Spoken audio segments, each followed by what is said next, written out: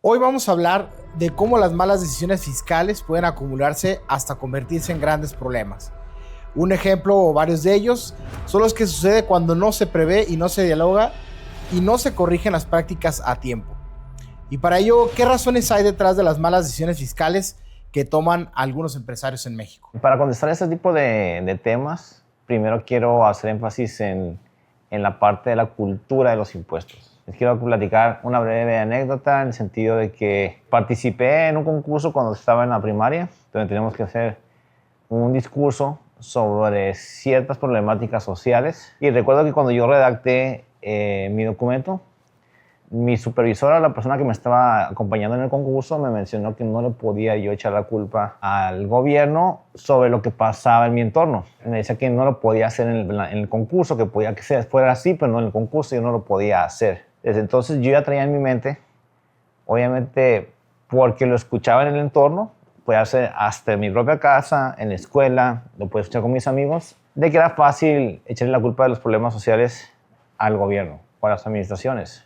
Entonces, ¿por qué traigo esto a relucir? Porque lo acabo de ver en un video donde un empresario sale hablando abiertamente y tal cual, diciendo que el pago de impuestos es una locura, que hacerlo es un robo, que no funcionan las escuelas, que no funcionan los hospitales, que no funcionan las carreteras. Entonces, se me hizo algo muy irresponsable. Pero lo que más me sorprende es que sigue sucediendo abiertamente. Entonces, es decir, si yo lo recuerdo cuando yo estaba pequeño y no había redes sociales y se me quedaba muy simbrado en la mente que ese era el problema de nosotros. Que el pago de impuestos no era, no se aprovechaba porque nunca se hacía nada con ese dinero, que era dinero tirado a la basura. Ahora imaginémonos ahora con las nuevas generaciones que escuchan este video de una persona que tiene influencia en las generaciones, en las personas. Escucharlo decir ese tipo de cosas, obviamente se genera ese tipo de emoción en contra de la actual administración o en contra del gobierno mexicano, lo cual es absurdo. ¿Por qué? Porque al final de cuentas el hablar mal de tu propio gobierno es hablar prácticamente mal de ti mismo, porque tú eres mexicano y formas parte de esta institución o de esta sociedad o de este gobierno que es, o este país que es México. Entiendo que es un sentir, en este caso, o es el sentir de una persona que han tenido situaciones adversas frente a la autoridad y si les hace fácil simplemente descargar su enojo, que todo el problema es eso, que el dinero que se da pago por impuestos no era correcto, que tenían derecho ellos a lo mejor a pagar menos impuestos y que de todos modos lo que pagaron no sirvió de nada. Para darle orden a esto, lo que hay que hacer es como siempre recapitular en el contexto de cada caso. Es decir, si la gente se va a poner a quejarse porque el pago de impuestos les afecta, recuerden que sea la cantidad que hayan pagado, siempre representa un porcentaje de tus ingresos. Es decir, es que, no sé, a tal empresario le quitaron o le cobraron un crédito fiscal de 1,000 millones. Bueno, ¿qué porcentaje representa de su patrimonio o de la carga de ingresos que él tenga? Créanme que seguramente la mayoría hemos tenido un escenario similar en porcentaje. A lo mejor no 1,000 millones, pero a lo mejor cientos de millones o decenas de millones, que finalmente es, en comparación, una carga fiscal muy similar. ¿Y qué hacemos?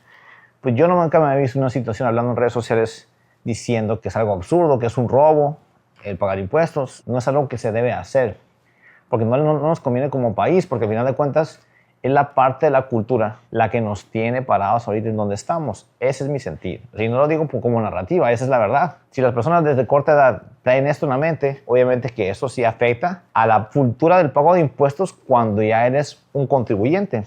Entonces, ¿qué es lo que sucede? En este caso en particular, se supondría que un empresario que tuvo una oportunidad de negociar o de llegar a una autocorrección, y esa autocorrección fue por una cantidad de impuestos X, ¿sí? Al parecer lo que se escucha en los videos es que esa cantidad se modificó y le subieron la cantidad para pagar. Entonces, esa es la decisión por la cual decide echar abajo la negociación o la autocorrección y decir, no, ahora no pago nada. ¿Y qué sucede si la autocorrección no se da? ¿Qué sucede si esa negociación no se da? Es una negociación en autocorrección, es decir, voy a pagar tanto. Te aceptamos estos ingresos y esas deducciones.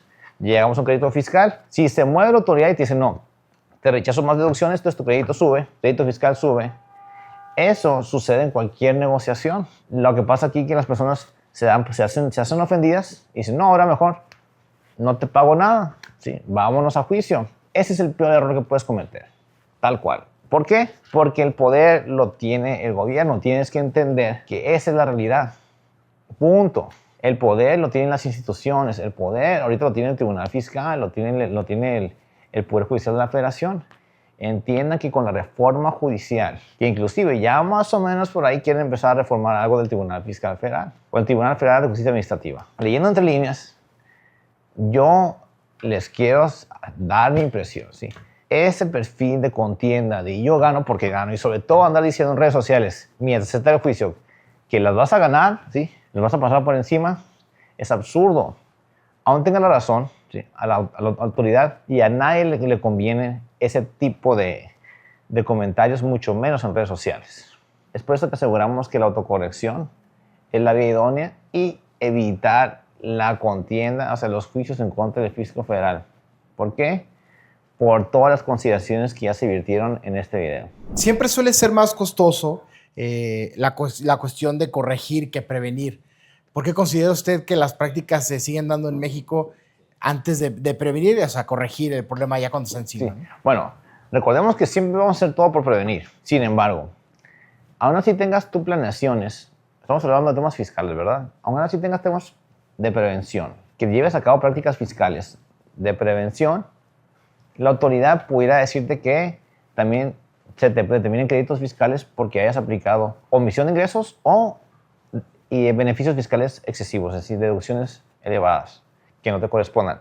Sin embargo, es aquí donde entra la autocorrección. Es decir, la autoridad te puede decir, mira, veo que omitiste ingresos o superaste deducciones y tienes un crédito fiscal de 100 millones. En tu autocorrección, tú puedes decir, no, me autocorrijo y yo detecté que nada más omití 5 millones. Estoy dando un ejemplo nada más de cifras. Pero, ¿qué es lo que te dice lo contrario? La contienda es la persona que quiere ganar todo, que no quiere pagar ni un peso. Pues, que siempre quiere tener la razón en todo lo que dice y que sus abogados se creen que se saben de todas y que sí ganan todos los juicios y les venden esa idea. Te doy una planeación o te prevengo ciertos temas, te protejo tu patrimonio y yo te defiendo. Eso es algo que quiero hacer mucho énfasis. Ahorita vamos a decir las cosas como son y no como eran.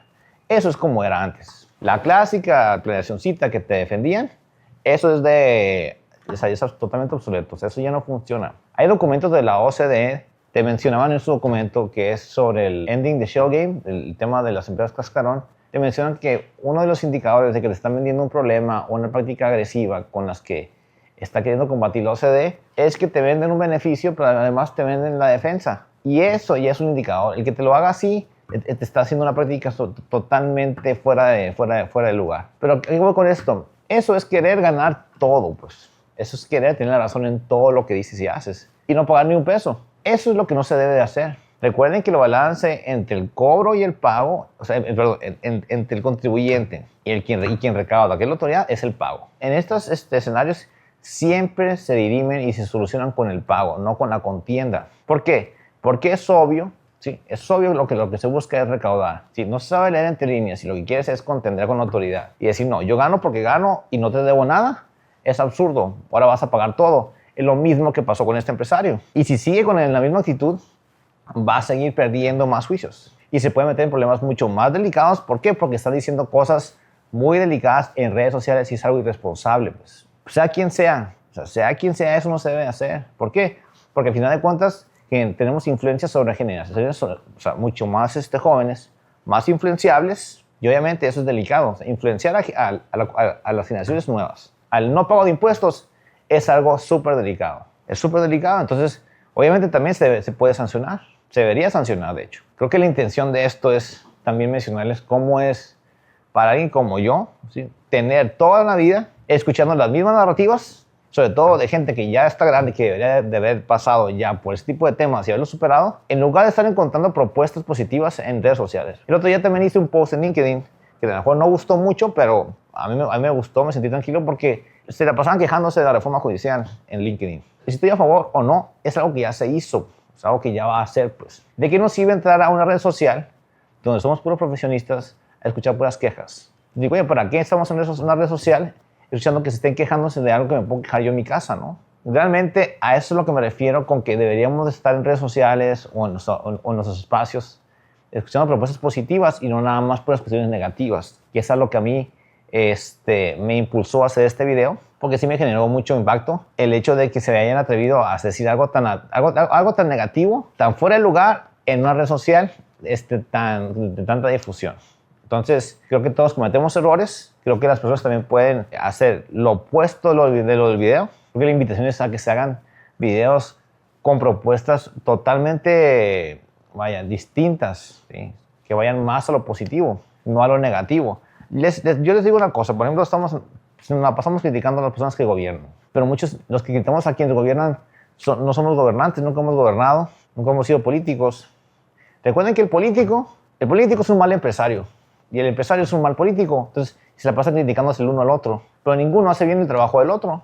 Entonces, pues que cada quien haga lo suyo, simplemente, pero ¿cómo? Empujándose al mismo lado, ¿no? Hacia allá va. ¿Qué señales debería tomar en cuenta un empresario para saber que está en una zona de riesgos, principalmente el tema fiscal? Es un excelente punto este. ¿Por qué? Porque estamos hablando también de situaciones que no solo se boletinan con EFOS, pero sí son criterios publicados en el Diario Oficial de la Federación. Por ejemplo, las operaciones con plan privado de pensiones, las operaciones con los bonos de productividad. Ya te dijeron que eso es un problema. Ya te dijeron que son prácticas fiscales indebidas y tienes 5 años operando con esto. Eso, tarde que temprano, se te va a convertir en un problema. Esos problemas siguen siendo, de poco riesgo según los empresarios porque no les ha sucedido, porque no lo han visto cerca de ellos. Cuando suceda, se van a dar cuenta que esos escenarios, por mejores abogados fiscalistas que tengan, aún así quieren atacar temas de forma, o sea, de procedimiento, difícilmente los van a ganar.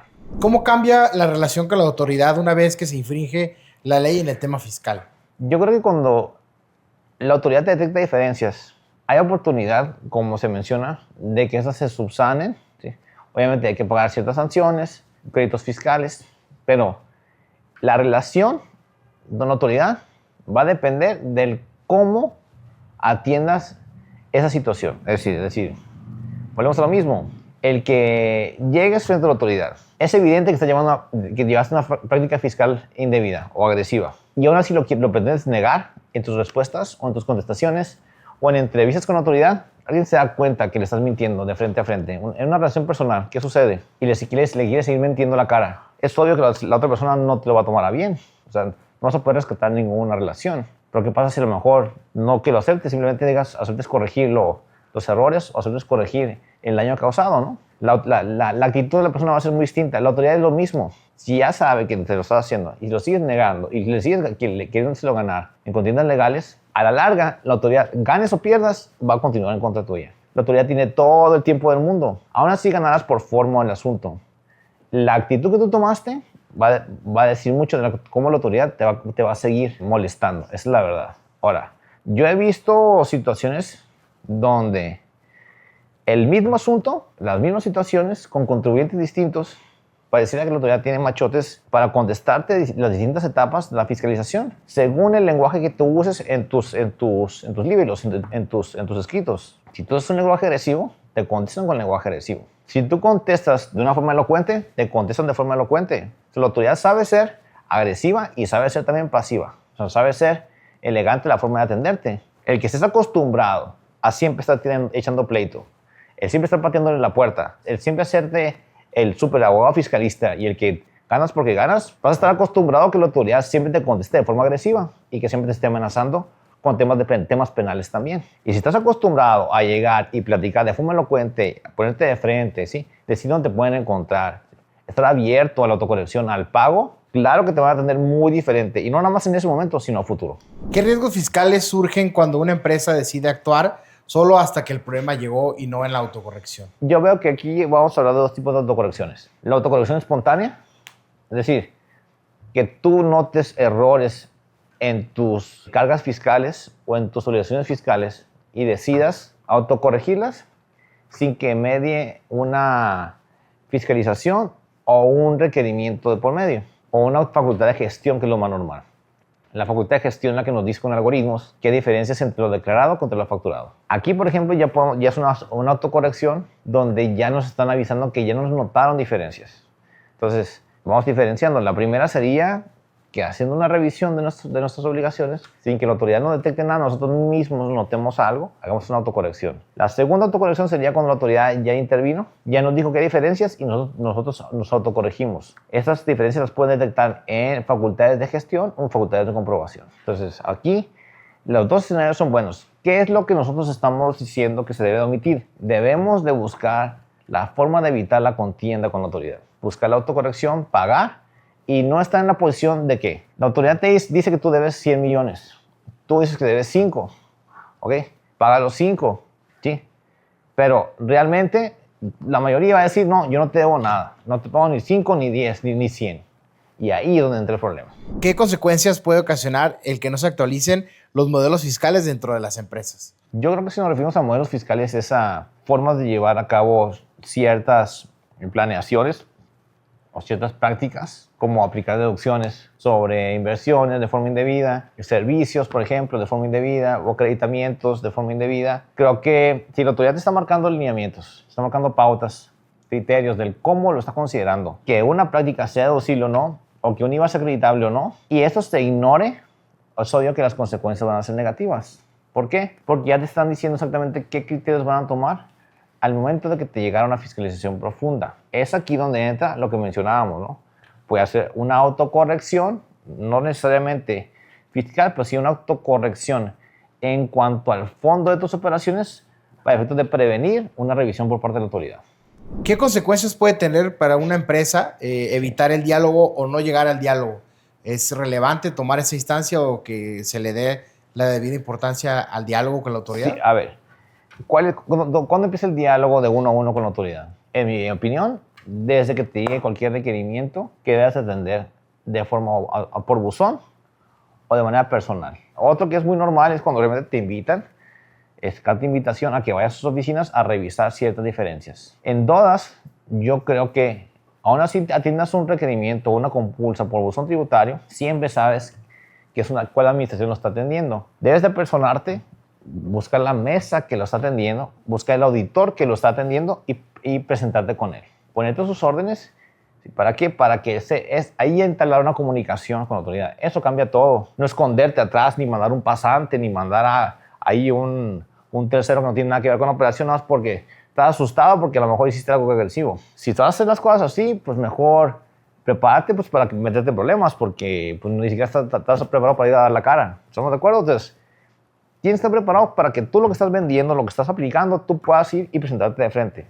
Si no, ni siquiera lo hagas, porque entonces tu contienda es segura y quien pierdas también va a ser seguro. Nos ha dado puntos muy relevantes sobre estos temas pues, actuales de cómo algunos empresarios en México han tomado el tema fiscal. Y a manera de conclusión, ¿algún consejo pues, que le quiera dar a los empresarios o a la gente que nos sigue, tal cual de esto de los diálogos con la autoridad? A mí me gustaría mucho hablar sobre la influencia a las generaciones nuevas. Es muy fácil que las generaciones nuevas, por la misma juventud, por su misma corta edad, su falta de experiencia, es fácil que te dejes mal influenciar por supuestos especialistas o por supuestos fiscalistas. Entonces, si la cultura que te van a difundir es que no pagues impuestos y que todo lo pelees, la verdad van encaminados a una profesión de riesgo y de una pérdida segura y un problema seguro. Es la forma en la que llevamos a cabo nuestro ejercicio fiscal, es la forma en la que la autoridad te está diciendo entre líneas que se debe hacer y obviamente, sí, que busquen esta parte del poder hacer las cosas para que se exhiban y no para estarlas escondiendo.